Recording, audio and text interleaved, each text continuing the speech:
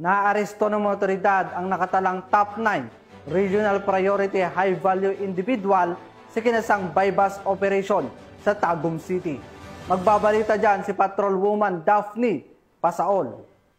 Tagumpay na bypass operation ay sinagawa ng mga otoridad na nagresulta sa pagkakaaresto ng isang high-value individual na kilala sa alias na Boss na nakalista bilang top 9 sa Regional Priority 10 high-value individual.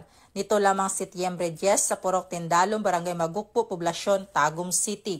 Si Boss, 28 anyos at residente ng Purok Pagkakaisa Misa District, Barangay West, Tagum City, ay naaktuhang may dala at nagbebenta ng hinihinalang shabu na may kabuuang bigat na 54 grams at may standard drug price na 367,200 pesos. Pinangunahan ang operasyon ng mga tauhan ng Regional Police Drug Enforcement Unit 11, katuwang ang mga elemento ng Tagum City Police Station, Provincial Intelligence Team ng Regional Intelligence Division 11 at iba pang kaugnay na unit na nagtulungan upang tiyakin ang tagumpay ng nasabing operasyon.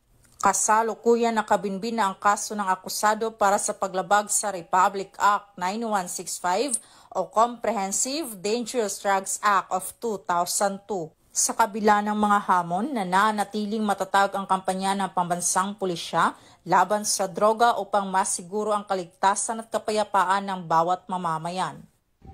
Mula dito sa Region 11, ako ang inyong PNN correspondent, Patrolwoman Daphne Pasaol. Alagad ng batas, tagataguyod ng balitang pulis.